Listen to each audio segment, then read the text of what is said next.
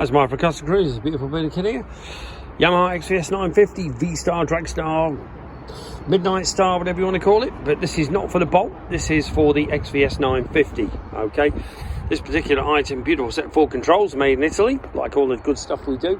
All CNC, you can see beautifully made CNC alley, not most eBay stuff, to be honest, this would be steel.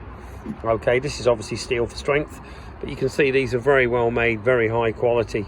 You know, even the little, you know, rubbers are well made, but cracking bit of kit. Some people also put O-rings in these spaces. You can obviously do it with O-rings as well. You can take these off and put O-rings in there, but this is comfier.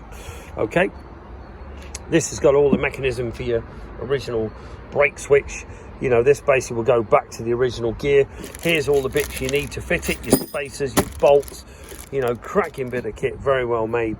I say we don't do crap stuff, if you know me. I hate shit stuff, there's no point selling it. But this here is, again, this is the shifter, so that's going to go that way, obviously. So it's going to look like this on the bike, and that goes back to your original shift arm, okay, or bell crank, rose joint, whatever you want to call it, okay.